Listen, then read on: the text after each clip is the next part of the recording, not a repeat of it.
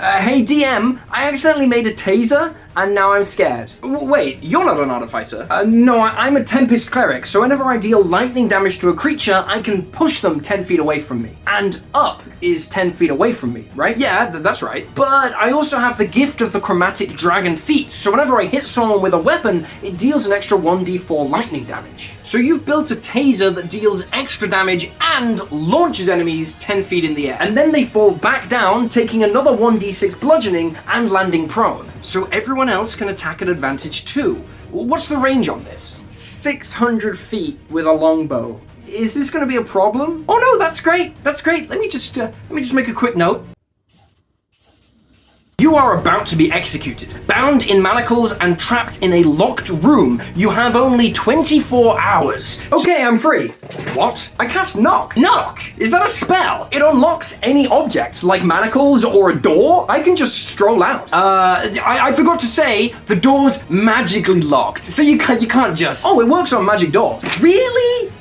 This is only a 2nd level spell? Yeah, okay, fine, you escape. By the way, did you just have these handcuffs lying around? I bought them for this sketch, okay? Sure you did, buddy. Hey DM, you know how you're always saying my builds aren't annoying enough? I've definitely never said... Well, introducing the world's most annoying sorcerer. Here we go. So the spell Silvery Barbs is infuriating because it forces people to re-roll successful attacks and saving throws. Yeah, you're basically hitting a creature with an anxiety attack as a reaction. And I'm a level 6 Aberrant Mind sorcerer, and Silvery Barbs is an enchantment spell. Wait, but that means... That means I can cast Silvery Barbs without a spell slot for just 1 sorcery point. And when I cast it like that, it has no verbal or somatic components. Undetectable, uncounterspellable chaos. It's basically... Oh my god, I'm so sorry. I literally couldn't stop myself punching you. Yeah, I told you it was annoying, right? The Tarrasque is the strongest creature in core D&D. A CR30 Godzilla on steroids. Here's how to kill it at just level 1. Despite crazy stats, the Tarrasque has 0 bonus to its dexterity saving throws. Its average dex save is 13.5, even with magic resistance. It also has 0 ranged attack options. A level 1 Owlin Cleric can fly 60 feet above the Tarrasque, safe from all attacks, and cast the cantrip Sacred Flame every turn. With a 16 in Wisdom, you've got a save DC of 14. The Tarrasque will fail more than half the time. After about 30 minutes, the Tarrasque dies, and you just got enough XP to jump from level 1 to level 20. You kill the Tarrasque, you speedrun the game. Also, yeah, the base Tarrasque stat block kinda sucks. Enjoy! Millions of gold is right there in front of you, but it's locked behind an impenetrable iron vault. Great. I'm gonna murder Jeff. Nice. I love it. What? Why did you do that? Well, I'm a Hexblade Warlock, so when I kill someone, their soul comes back as a spectre. Okay, I'm gonna walk through the gate with my incorporeal movements and open it from the other side. Yeah, okay, but you killed him. He's dead. He's gone. Okay, I'm back. Also, the vault's open. What? Oh yeah, Jeff's a Zealot Barbarian, so I can resurrect him with 0 spell components completely for free. So you can repeatedly murder Jeff, letting him turn into a ghost at will to bypass all obstacles and fly for free. And all it takes is unimaginable pain. High five. Oh, I hate you so much. Okay, you're locked in a pitch black, indestructible room. You are blindfolded and you are completely bound. You cannot move. Okay, I've escaped. I'm free. No, you're not. It's impossible. Well, I'm a warlock and I have the ghostly gaze invocation. So as an action, I can see through objects, like my blindfold and the walls. I also get dark vision when I do it, so the darkness is no trouble. Fine. But you are still trapped. Misty Step lets me teleport to an unoccupied place I can see, and I can see a space outside the walls of the cell. But you're completely tied up. You can't do the motions to cast the spell. Don't need to. It's a verbal only spell. Okay, lesson learned. Next time you are getting blindfolded, restrained, and having a gag shoved in your mouth. Yes, daddy. weird things you can do in D&D. Grab the free stuff. I've just put the entire of last year's bonus content up on my website, dndshorts.com. You can head there to get free subclasses like the Dragon Rider Paladin, the Deathcaller Bard, and the Future Self Warlock for free, link below. Last year, we raised over $40,000 for charity, and it would be impossible for me to make those videos, donate the ad revenue from videos, and do the charity live streams without your support on Patreon and through sales on the website.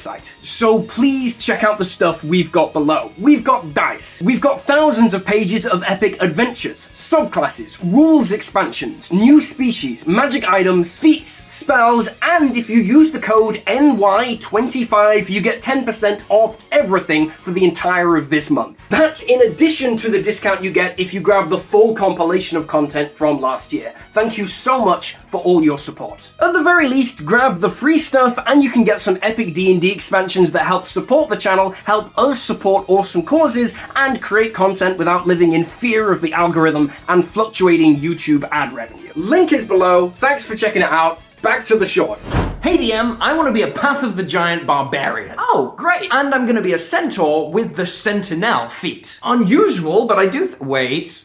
Why? It means when I rage, I become large, and I can carry Jim on my back. Hi, I'm Jim. And what does Jim do? Jim is a Duragar Paladin with the Mounted Combatant feat. Wait. That means if any creature attacks me, he can redirect the attack to him. Oh no. And because he's a Duragar Paladin, he can cast the Sanctuary and Invisibility spells on himself. So all those attacks will be at disadvantage, and they'll have to pass a Wisdom save to even try. Oh no. And because I have the Sentinel feat, I can then use my reaction to attack that creature. So every incoming attack on you is redirected to Jim, who's basically unhittable, while I get extra attacks and improved dex save. And that's why I hate teamwork. DM, I think my next character's like kind of immortal. Oh, great. Another ridiculous level 20 combo. No, at level 1. Explain. Well, with Tasha's sidekick rules, I can play as any creature with a CR 1/2 or less. Yeah, but sidekicks are always weaker than a normal character. Are they? I'm gonna play as a plant. A plant. It's called a Vegapygmy. What does it do? Well, for a start, I can take levels in the Sidekick spellcasting class, letting me cast Eldritch Blast for good damage. Okay. More importantly, though, I regain 3 hit points at the start of every turn, even if I'm at 0. What? Even if you're unconscious? Yeah, in fact, the only way I can die is if I take damage from one of 3 very specific damage types, none of which are the ordinary bludgeoning, slashing, or piercing damage of weapons. Wait, hold up. The literal Tarrasque technically can't kill me. Oh yeah, yeah, that's crazy.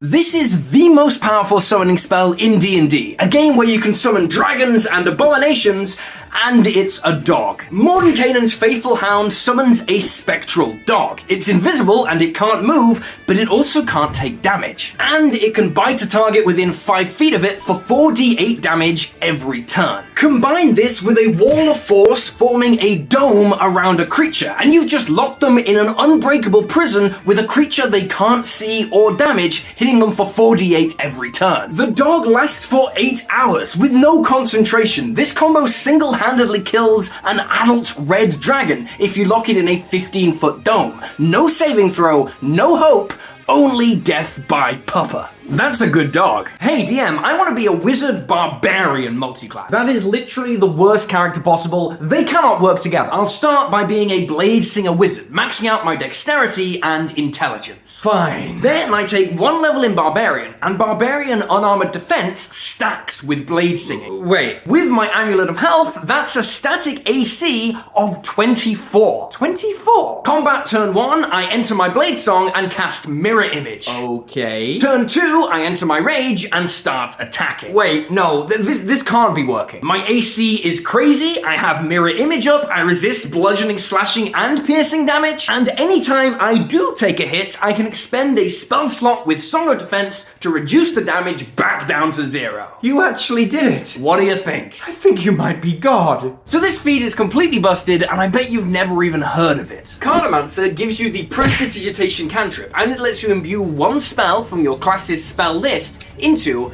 a card. The spell has to have a casting time of 1 action and be of a level for which you have spell slots. You can then flourish the card and cast the spell as a bonus action. Did you notice the problem? Take a 1 level dip in any class that has a spell you want, throw on this feat, and you can cast any spell in the game for a bonus action. That means a level 5 cleric can take just 1 level in wizard. Bonus action fireball, baby! With a single level in sorcerer, any high level caster can be throwing out the wish spell as a bonus action. It's just so good. Hey DM, what's rest tricking? Rest tricking is a powerful exploit for spellcasters in D&D. Powerful exploit, you say? Spellcasters have spell slots, which limit the number of spells you can cast. And spell slots come back when you finish a long rest, right? Exactly, but some spells last a long time, like 8 hours or more. Rest tricking works when you play a race that can finish a long rest in only 4 hours, like an elf. So I cast a bunch of powerful, long duration spells and then rest for 4 hours. And you get all your spell slots back while those spells are still active. So it's like all those spells were free. You can be immune to death, immune to damage types, have extra hit points, have extra AC, telepathy, dark vision, and tons more, all while keeping all your spell slots for the first 4 hours of the adventuring day. That is insane. Yeah, and it works rules as written. Can I do it in our games? Oh,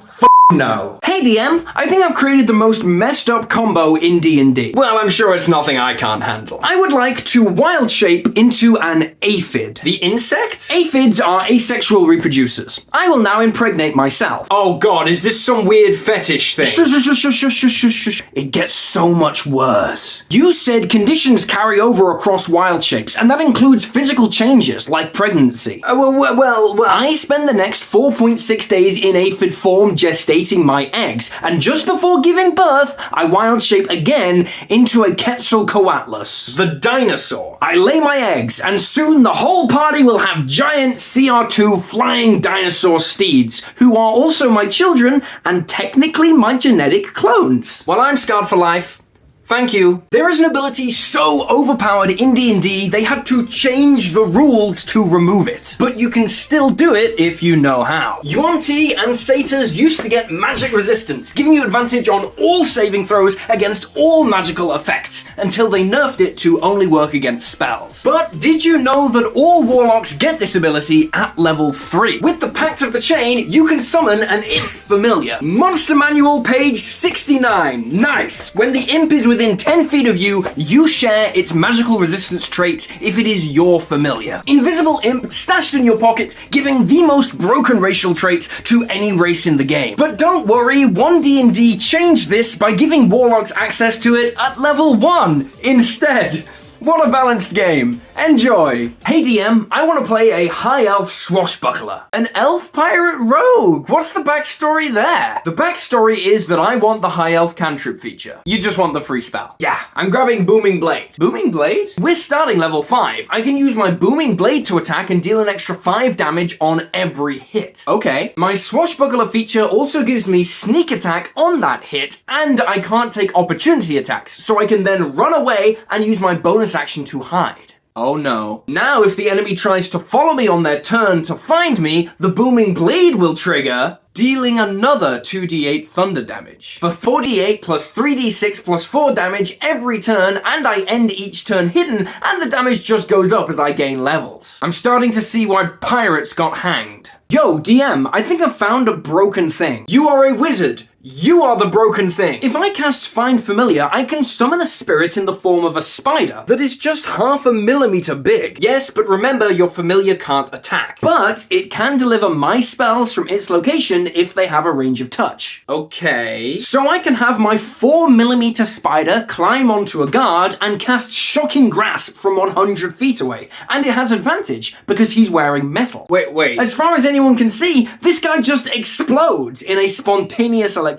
You've made a roaming electric chair spider, basically, and you can do this to any enemy? Yeah. Oh, that's That's so fun. You already know that being a base human in D&D is terrible, but humans are the only race in the game that can have a CR20 steed at level 3. The Mark of Handling Human from Eberron is all about beasts. They can cast Speak with Animals and Animal Friendship for free without components. But hold up, because from level 3 you can also target monstrosities with an intelligence score of 3 or less with these spells. Like the CR14 Purple Worm. A divination wizard can force the failed saving throw with an 8 or lower on their portent dice, and bam, any purple worm is your best friend. You can harvest its poison to sell for 2,000 gold a vial repeatedly, or use it to coat your weapons to deal an additional 12d6 damage on every attack. At level 3, you can even grab a Gigant with this trick for a CR20 gargantuan-sized flying steed. Hey DM, I think I did a bad thing. Well, you're only level 2. It's not like you're dealing hundreds of damage in a single attack, right? So I'm a Twilight Cleric. Oh god. And my aura gives everyone 1d6 plus 2 temporary hit points at the end of every turn. Yes, I'm also a variant human with the Vital Sacrifice feat from Taldore, so I can use a bonus action to take 1d6 damage and gain a blood boon. Okay, on any attack, I can burn a blood boon to deal an extra 2d6 damage. So how many blood boons can you have? There's no limit on the number of blood boons you can have or that you can spend, but they do only last an hour. Okay, yes, that sounds strong, but you have to pay life to get them, so it's not like you can have too many. I can make 10 in a minute without losing a single hit point, thanks to my aura. Okay, let's just say 10, so that's 22d6 plus 3 damage on a single hit with my greatsword. At level 2. Hey DM, I think I found a way to insta-kill anyone in D&D. But you're only level 1! Yeah, I'm a level 1 variant human sorcerer with the cantrip Shape Water. Yeah? Which lets me move a 5-foot cube of water each turn, or freeze it. Correct? And I can carry as much water as I need around with me in my bag of holding. Yes! So what? Well, I can use the cantrip to move a 5-foot cube of water over someone's head. But it's just a cube of water! Yeah, then I can use a bonus action to quicken cast Shape Water again, thanks to the Metamagic Adept feat, and freeze it. Wait, so that's a 5-foot cube of ice falling on someone's head. A weight of 7,800 pounds. What? It's a little heavier than an Asian elephant. With a cantrip. At level 1. Yeah, in a single turn. And if I have a bit of time to set up, I don't even need to use Quicken Spell. Oh, why don't you just Okay, you're a high-level wizard. I guess it's time to learn Wish. Actually, I think I'm gonna take something more broken. More broken than Wish? I'm taking Shape Change, and I'm gonna transform into a Marilith. The Snake MILF demon? Yeah, I can now make 7 attacks a turn, and remember, I'm a Blade Singer. Okay, so I can add my intelligence modifier to every hit I make, and I can swap out one of my attacks for Green Flame Blade for 18d8 plus 2d10 plus 63 damage a turn. That's 155 average damage. Wait, it gets better. How? I can use a reaction every single turn. So what? Oh no. We're talking silvery barbs on every single enemy's turn, plus shield whenever I want for 28 AC. Oh, please just take Wish. I'm a 10-foot tall, unstoppable snake MILF. My wish already came true. Hey DM, my next character's gonna have advantage on literally every saving throw in the game. Okay, a level 14 monk, that's something to aim for. No, at level 2.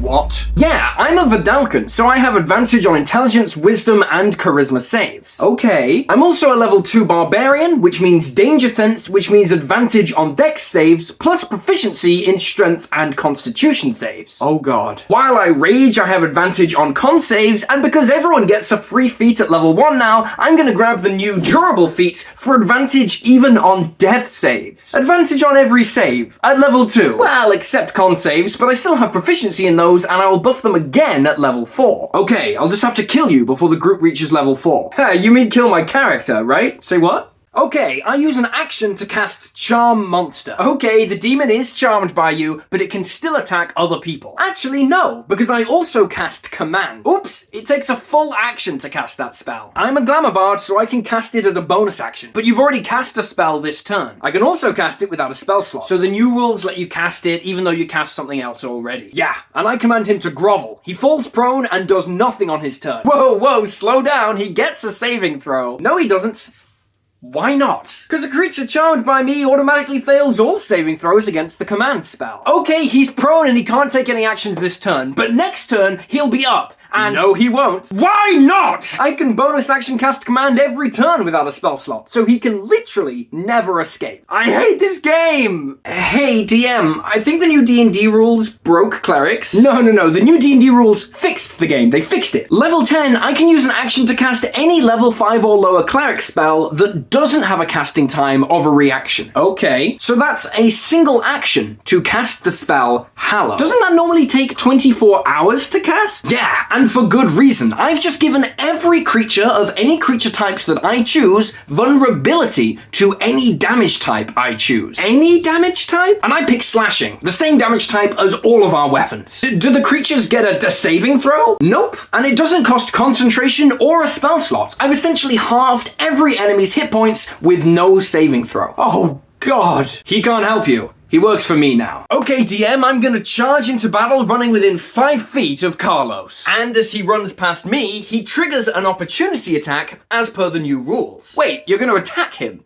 He's an ally. Thanks to the Warcaster feat, I can swap out that attack of opportunity for a spell that targets him instead. What? So I cast Haste. My speed is doubled, my AC goes up, and I can make an extra attack every turn. You can cast Haste as a reaction now? Haste, Polymorph, Fly, Cure Wounds. As long as you run past me, I can cast basically any spell as a reaction now. And it leaves his turn free to cast Fireball instead of wasting it buffing me. Okay. That's awesome. Yeah, I can make all the enemies do this now.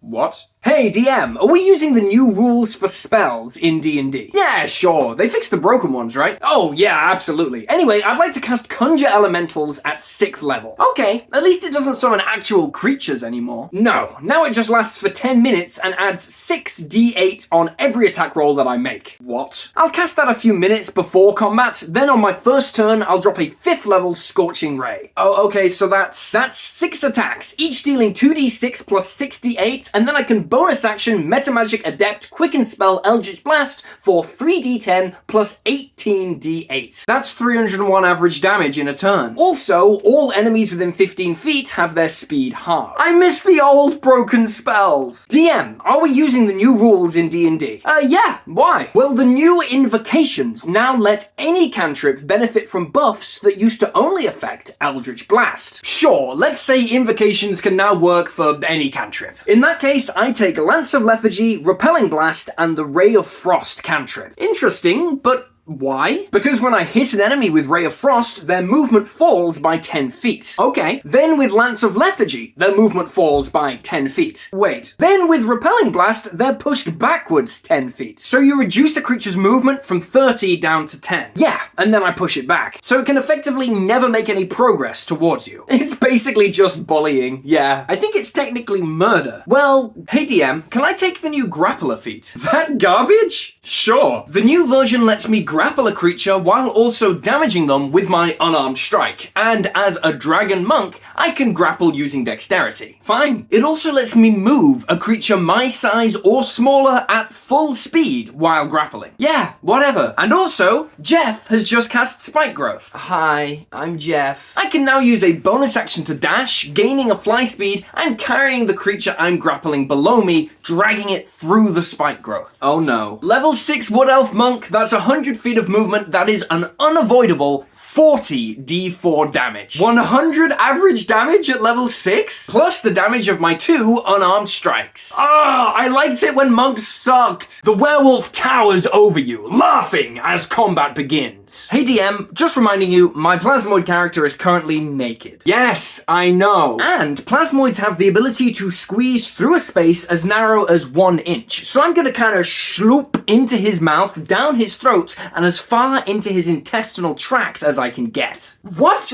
the inner diameter of the small intestine is about 1 inch, so with my normal movement speed, I should be able to get about 50 15 feet inside him while squeezing. I have no words. Don't worry, that's just the start. I'd now like to use my action to wild shape into a Brachiosaurus. You're transforming into a dinosaur. Yes. While 15 feet in this guy's small intestine. Yes. So he explodes. Yes. You are a horrible, messed up person. Yes. Hey DM, how many pet dragons am I allowed? What? None. Whoa, hold up. As a high-level draconic sorcerer, I can cast Summon Dragon without concentration. I can also cast it once per day without a spell slot. Oh. So I cast it to summon a dragon without a spell slot as an action, then I bonus action cast it again with Quicken Spell. 2 dragons in one turn that can both immediately attack. Next turn I cast it as an action again, then I bonus action cast it with my Cartomancer feat. 4 dragons. From there I can just keep throwing out a dragon every turn. If I have just 30 seconds to set up before combat, I can roll into battle with 7 dragons who will last at least 5 rounds before the spell ends. What the actual... And each time I summon a dragon, I choose one of its damage resistances to share. So I also resist acid, cold, fire, lightning, and poison damage. This is insane. I've got to ban this, man. Oh, I'm sorry. Would you rather I cast Wish at this level? So how many dragons was it you needed? Hey DM, first thing you need to know, this combo isn't a weird sexual thing. What? Good, now that's out of the way, I would like to craft a Saddle of the Cavalier, strap it to my back, and let other players ride me around like a donkey. Why on earth? The saddle only costs 200 gold to craft, and it makes it so when I'm being ridden, all attack rolls made against me are at disadvantage. Wait. 200 gold, and every attack roll in the game is made at disadvantage to you forever. Yeah. And the saddle doesn't require attunement. No. And you're fine with other players mounting you and riding you around like a donkey in combat. I have done so much worse for D&D buffs in the past. Please let me have this. Hey DM, you know that 200 gold we got last session? Yes. Well, I'd like to use it to craft a Bloodwell Vial. What does it do? Well, for a start, it gives a +1 to every spell attack roll I make and my spell save DC. So it's like getting a +2 to your charisma score for 200 gold. When it comes to spellcasting, yeah. Also, when I roll a hit dice to regain HP, I also regain 5 sorcery points. That's literally doubling the amount you get each day. Yeah, and I also have the durable feat, so I can roll to regain hit points as a bonus action, regaining 5 sorcery points mid-combat. So for 200 gold, you buff every spell you cast and you double your sorcery points every day. Yeah, pretty cool, right? Yeah, buddy, pretty cool. Hey DM, I want to reflavor my Warhammer as a golf club.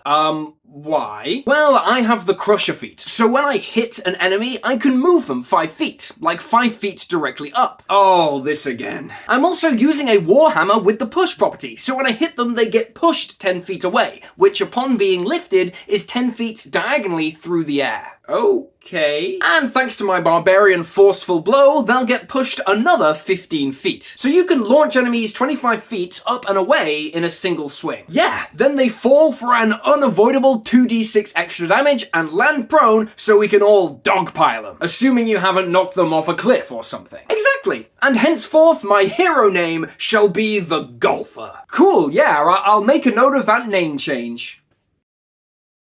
Hey DM, I think chains might be kind of insane. What, like metal chains? Yeah, with the new rules, as an action, I can chain up any creature that is grappled, restrained, or incapacitated by passing a DC 13 athletics check. That feels a little too easy. Yeah, and as a druid, I can cast Grasping Vine, which automatically grapples an enemy on a hit. As a bonus action. So you bonus action grapple, action chain them up, but what does it actually do? It restrains them, so no movement, disadvantage on all attacks, on all dex saves, and every incoming attack has advantage. Wow. They can only break out if they use an entire action and pass a DC 20 athletics check or an 18 acrobatics check. And it's an ability check, so it bypasses legendary resistances? Yeah, at no point does this combo give them a saving throw. And even if they do break out, it still costs their entire action. So you can just do it again next turn. Just rinse and repeat, man. Well, it is really good, but honestly, I'm kind of relieved you're using a non-lethal way to defeat enemies. Yeah, and then when they're chained up, we can all murder them. Okay. Hey, DM, did you read the new suggestion spell? Isn't it just the same as the old one? No, it's going to ruin the game. What does it do? The new rules say we can suggest a course of action to the creature, and as long as it doesn't obviously deal damage to them, they have to do it. It also lasts 8 hours. Doesn't it have to be a reasonable suggestion? Not anymore. Uh-oh. For a second level spell slot, I can suggest to every noble we meet that they give me 10,000 gold and then go home and sleep for the next 8 hours. Wow. By the time the spell wears off, we're down the road with 10k in our pockets. Throw on Disguise Self when we do this, and we'll literally never get caught. Okay, yeah, I get it. You understand. No, I get it. I get the spell. It's mine, and it's automatically cast on the entire party every morning. What are you gonna force us to do? Never cast this fucking spell. Hey DM, I think I found something. Every time you say that, part of me dies. But continue. Centaurs have the charge feature, so when I move 30 feet directly towards a target, I can make a bonus action attack against them. Yes. There's also the charge of feet, which says if I move at least 10 feet directly towards a target and hit them, they take an extra 1d8 damage. Yeah, that's how it works. Finally, with the Magic Initiate Origin feat, I can cast the spell Jump, letting me leap 30 feet into the air every turn. Wait, you're not saying I'm basically a horse that can jump 30 feet into the air, come crashing down towards an enemy, screaming, deal extra damage on a hit, and then get a bonus action attack with my hooves. That is insane. I call it the napalm.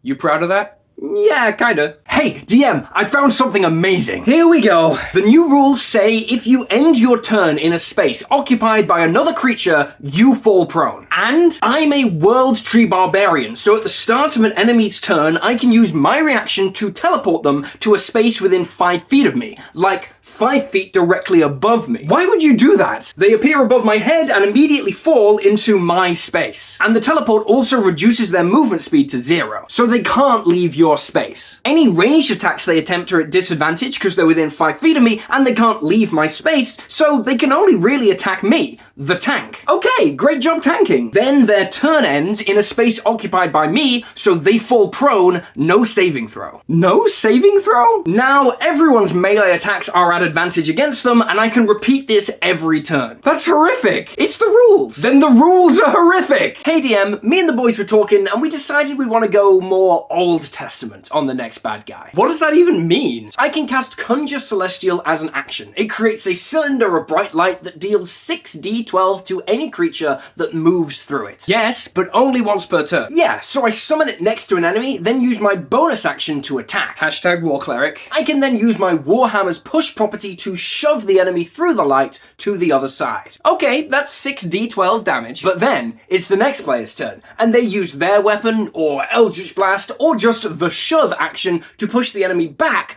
through the spell again. Then it's the next guy's turn, and he does the exact same. Another 6d12? With 4 players, that's 24d12 every turn, up to 156 average damage if they fail their dex saves, and all the while, we're still beating the crap out of them with our regular attacks. That's horrifying. That's what I mean. Old Testament style. Hey DM, I'm worried I might be broken. Nah, you're just a normal fighter. Yeah, but the new rules let Eldritch Knights like me replace one attack with a wizard cantrip. And you picked Booming Blade for your cantrip, right? It deals extra thunder damage on a hit, but also if the enemy moves before my next turn, they explode for more damage. Yeah, it's good, but remember, they don't have to move. But my weapon is a Warhammer with the push property. Wait, I hit them, they're pushed back 10 feet, and I can just move away. And because you're now out of reach, they have to trigger the Booming Blade to catch you and retaliate. Or they're just stuck there, trapped. But they get a saving throw, right? They must get a saving throw to avoid the push? Or the extra damage? No saving throw. But you can't do this every turn. Every turn. Well, then I have no choice. No,